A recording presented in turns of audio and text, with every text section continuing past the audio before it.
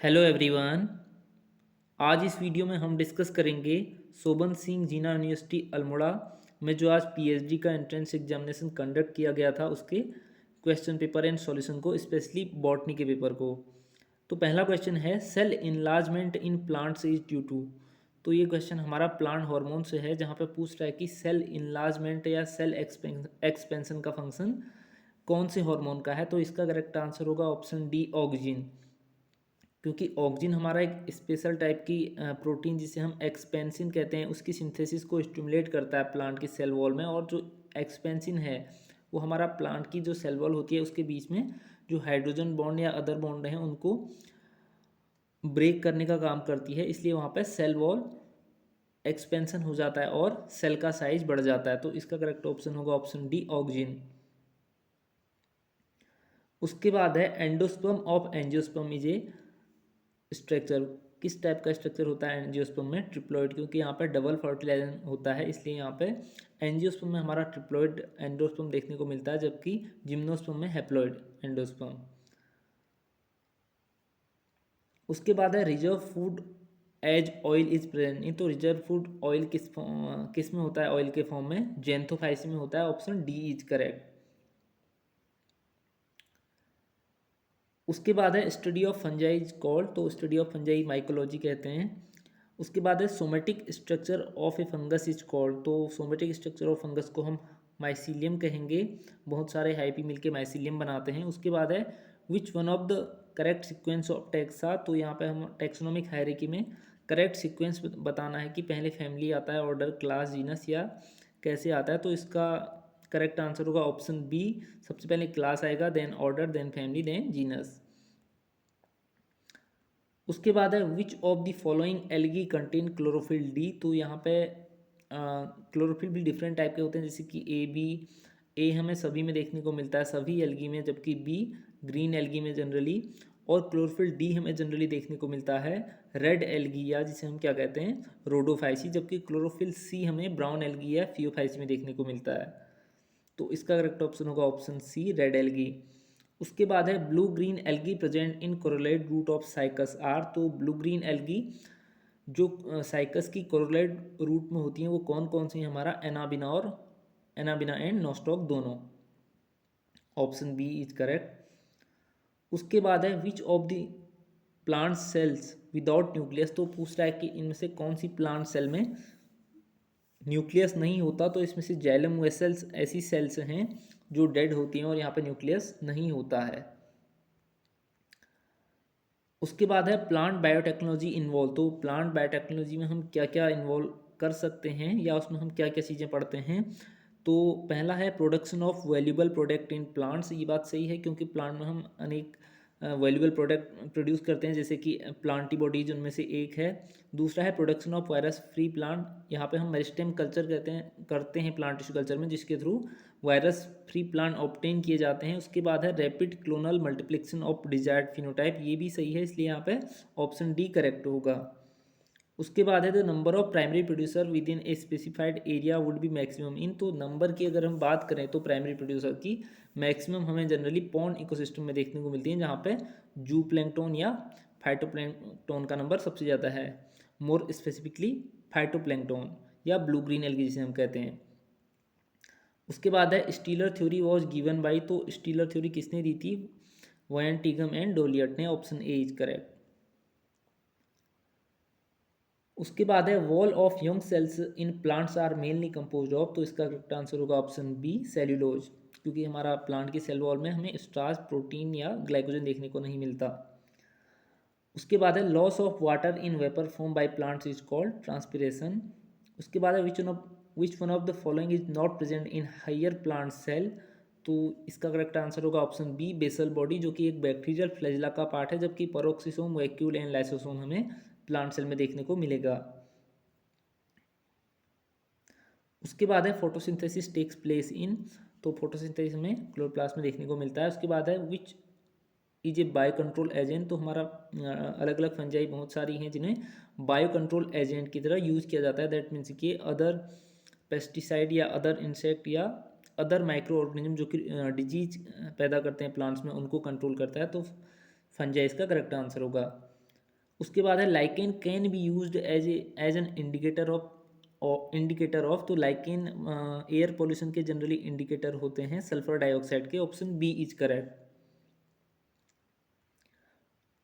उसके बाद है the human activities that causes climate change on earth include. तो ऑल ऑफ दी एबव होगा, क्योंकि burning of forest, agriculture activities सभी से क्लाइमेट चेंज होता है। तो इसका करेक्ट ऑप्शन होगा option D, all of the above. उसके बाद है movement of DNA between mitochondria, chloroplast and nucleus constitutes. तो इसे हम कहते हैं ट्रांसपोजिशन या ट्रांसपोजोन एलिमेंट। उसके बाद है to reduce 6 molecule of CO2 to glucose via photosynthesis, how many molecule of NADPH and ATPR are required। तो ये हमारा कार्बन फिक्सेशन साइकिल से क्वेश्चन है, CR3 साइकिल से। तो यहाँ पे पूछ रहा है कि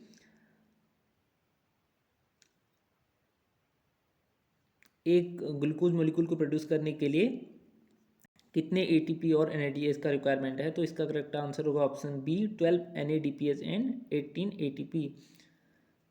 ऑप्शन बी इज करेक्ट। उसके बाद है which of the following plant hormone substitute for low temperature treatment. तो इसका करेक्ट आंसर होगा ऑप्शन बी, जिब्रेलिन। उसके बाद है sexual reproductive structure in lichens are produce by. तो सेक्सुअल रिप्रोडक्शन जो होता है लाइकेंस में जनरली फंजाई के थ्रू होता है। Option B is correct. हालांकि जो एसेक्सुअल रिप्रोडक्शन है उसमें कभी कभी एल्गी भी पार्टिसिपेट करता है, लेकिन यहाँ पे बात सेक्सुअल रिप्रोडक्शन की हो रही, तो इसका करेक्ट आंसर होगा ऑप्शन बी, फंजाई। उसके बाद है gametophytic and sporophytic phases are independent in following. तो किस में हमारा गैमिटोफिटिक और स्पोरोफिटिक फेज इन दोनों इंडिपेंडेंट होते हैं। तो इसका करेक्ट आंसर होगा ऑप्शन बी, टेरिडोफाइट में। जबकि बायोफाइट्स में हमारा गैमिटोफाइट डोमिनेंट होता है और स्पोरोफाइट डिपेंड करता है गैमिटोफाइट पे। उसी तरीके से जिम्नोस्पर्म में हमारा स्पोरोफाइट डोमिनेंट होता है और गैमिटोफाइट डिपेंड करता है स्पोरोफाइट पे।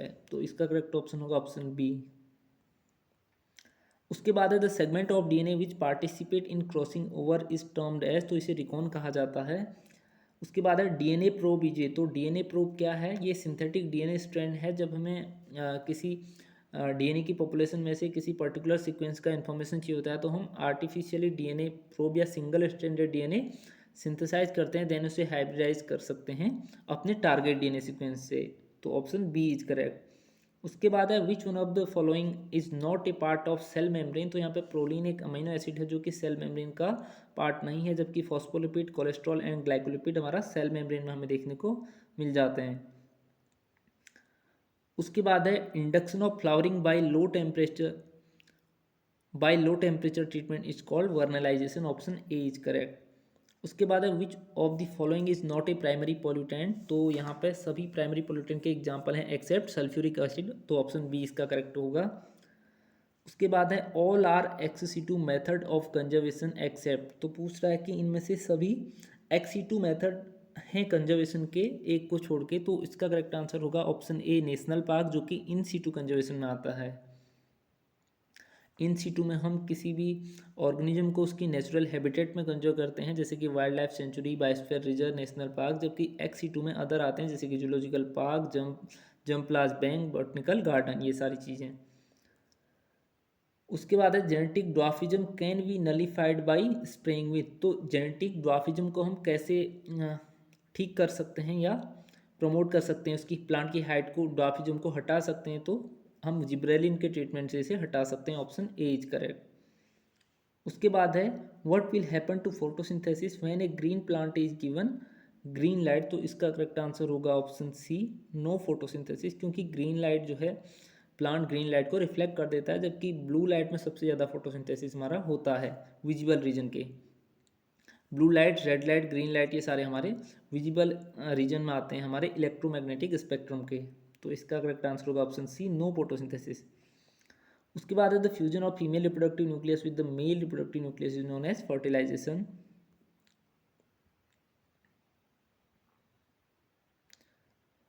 उसके बाद है in which approach do we protect and conserve the whole ecosystem to protect the endangered species. Again एक्सी2 इन-सीटू से पूछा है। तो यहाँ पे कह रहा है कि in which approach do we protect and conserve the whole ecosystem. तो होल इकोसिस्टम की अगर बात हो रही तो इसका आंसर होगा ऑप्शन डी, इन-सीटू कंजर्वेशन।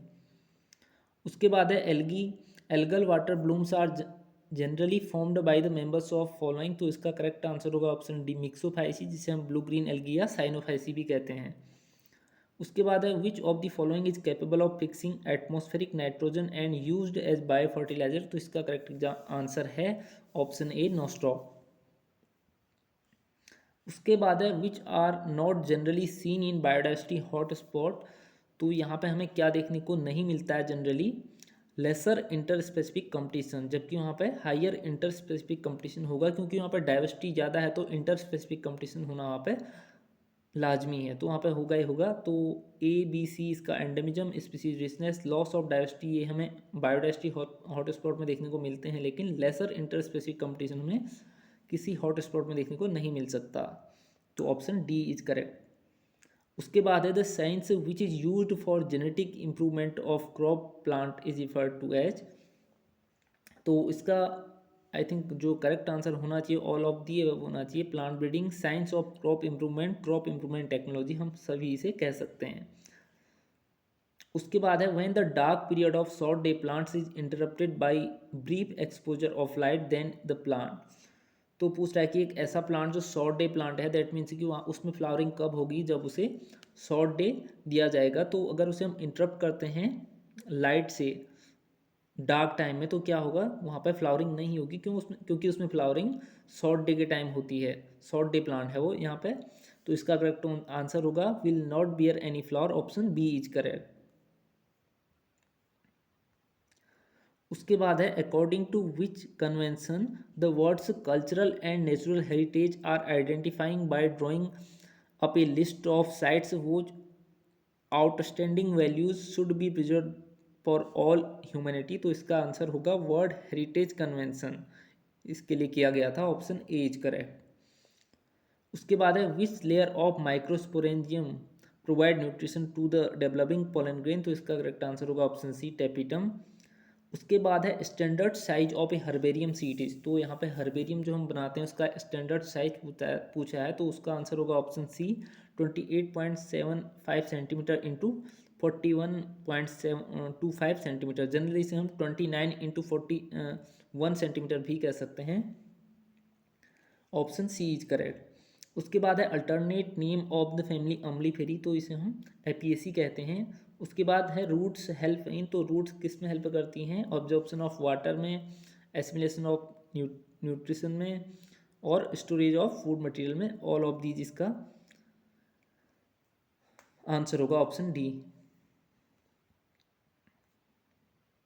उसके बाद है Watson and Crick are credited for the finding that, तो उन्हें किस चीज़ का क्रेडिट दिया जाता है, डीएनए की डबल हेलिक्स मॉडल प्रपोज करने के लिए, ऑप्शन बी करेक्ट।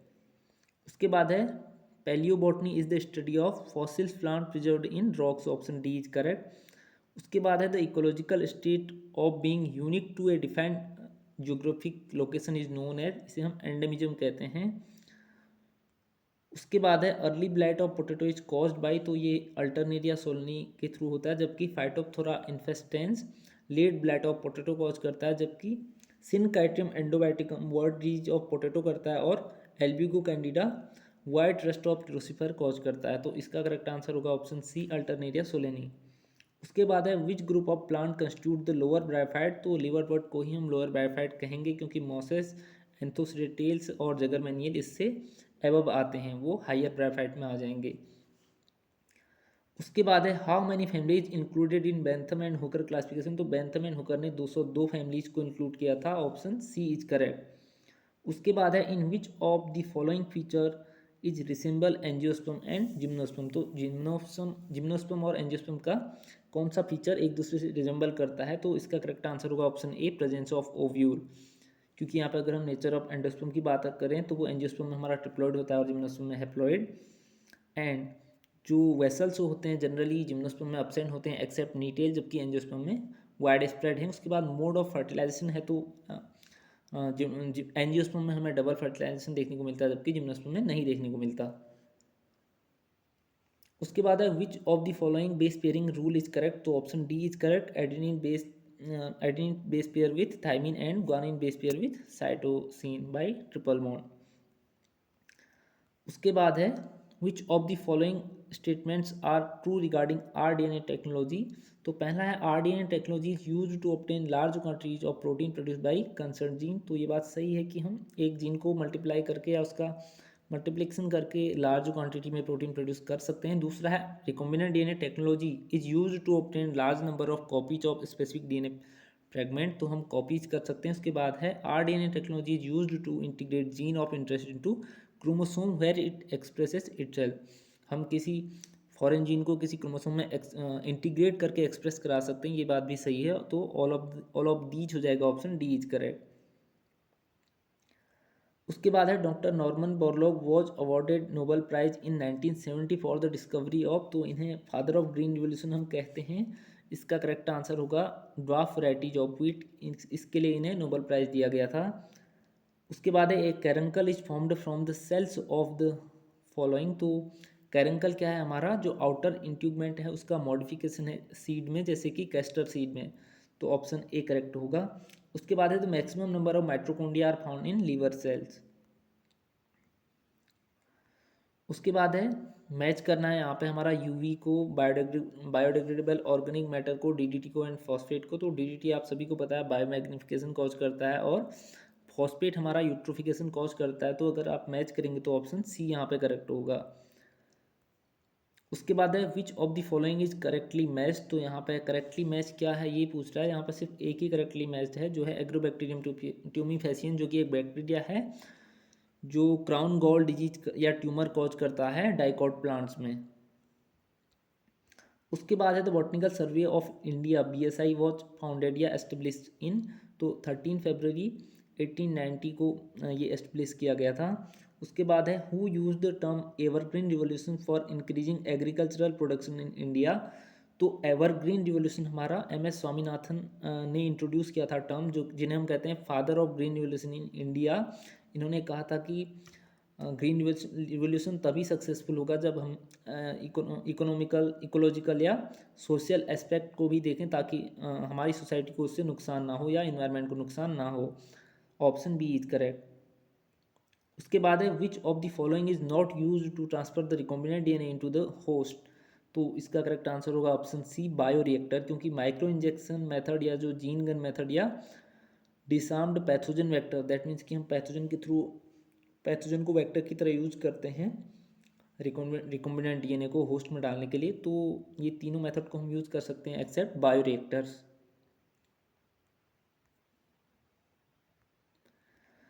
उसके बाद है heterothallism in fungi was discovered by. तो फंजाई में हेट्रोथैलिज्म किसने डिस्कवर किया था, AF ब्लैक्सली ने। Option B is correct. उसके बाद है development of diploid gametophyte directly from the sporophyte without the formation of spore is called apospory. जबकि एपोगेमी में क्या होता है हमारा development of sporophyte from the tissue of gametophyte, तो उसे हम एपोगेमी कहते हैं, जहाँ पर गेमेटिक फ्यूजन नहीं होता। तो इसका करेक्ट आंसर होगा ऑप्शन बी एपोस्पोरी।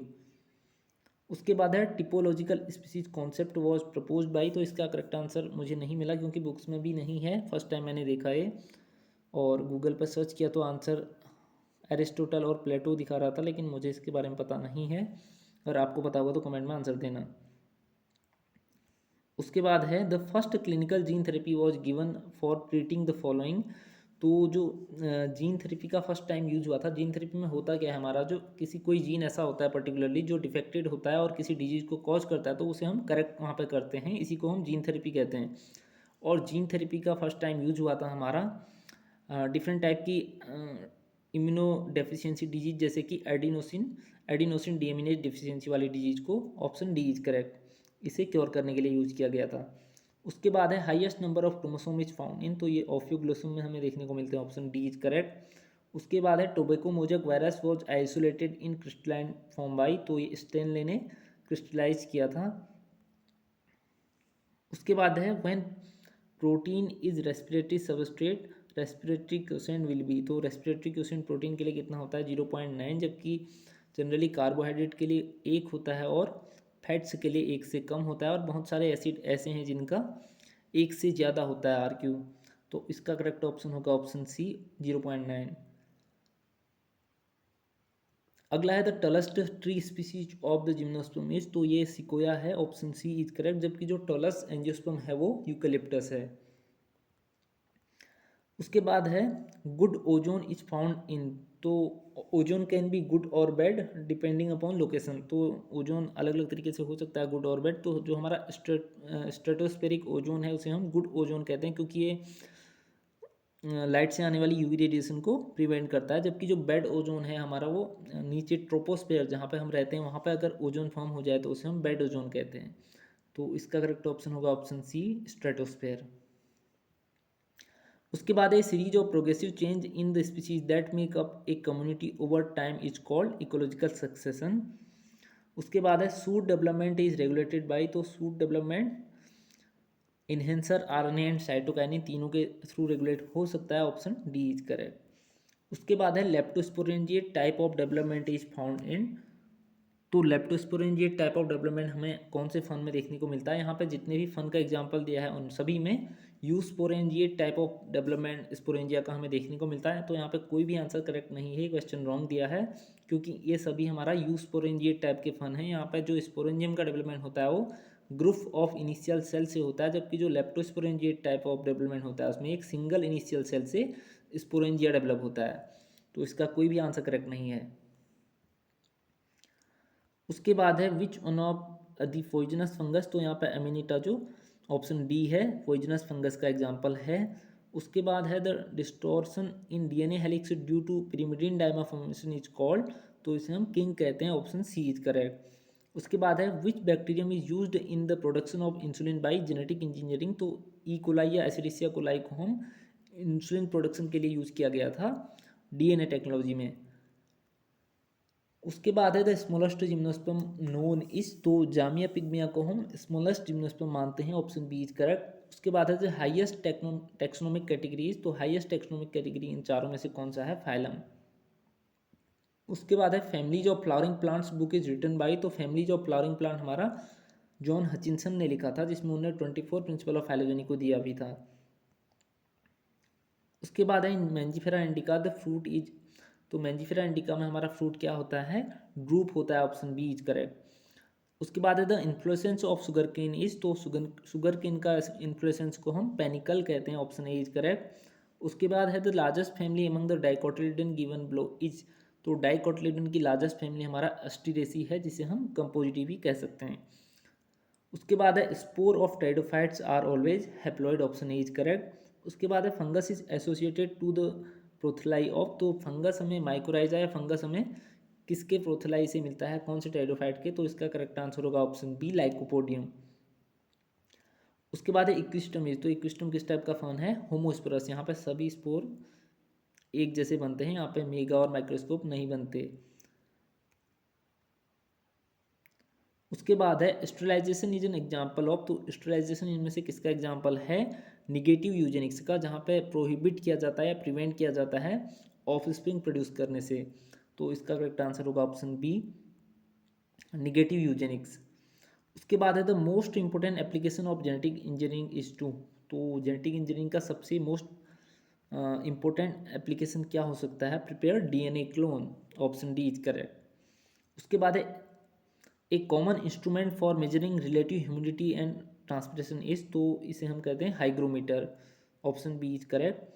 उसके बाद है which of the following crosses and resultant phenotype ratio are mismatch, तो यहाँ पर कुछ क्रॉस दिए हैं और उसका उनके रिजल्ट के थ्रू जो रेशियो आता है हमें मिलता है वो मैच कराने के लिए दिया है, तो उस टाइप की इनमें से कौन सा मिसमैच है? तो इसका करेक्ट आंसर होगा ऑप्शन बी, जहाँ पे हमें मोनोहाइब्रिड टेस्ट क्रॉस दिया है जिसका रेशियो 1:1 होना चाहिए, जबकि 2:1 दिया है।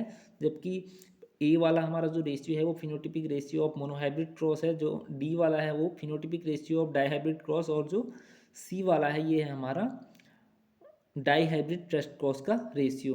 तो ऑप्शन बी यहाँ पे इनकरेक्ट है।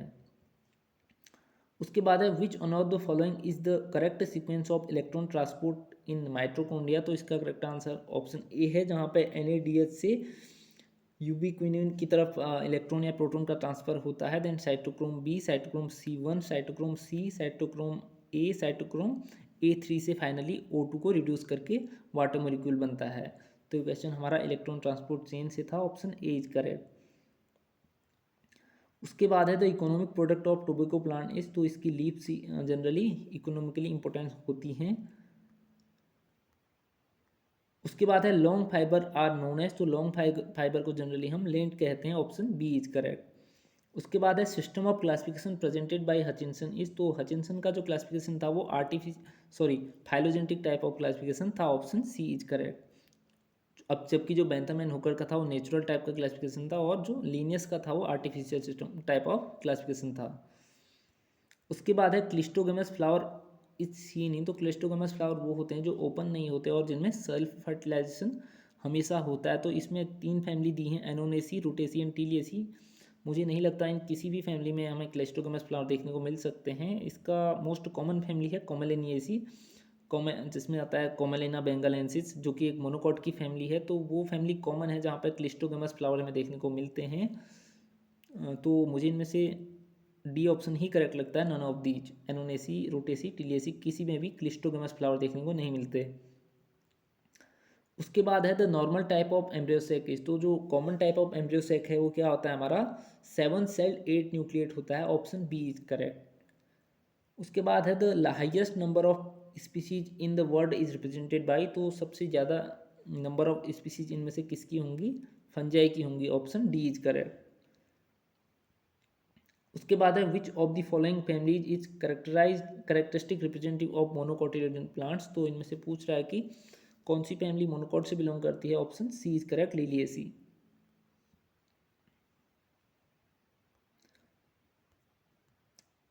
उसके बाद है term protoplast was coined by, तो पुरकिंजे ने टर्म प्रोटोप्लास्ट दिया था, ऑप्शन सी इज करेक्ट।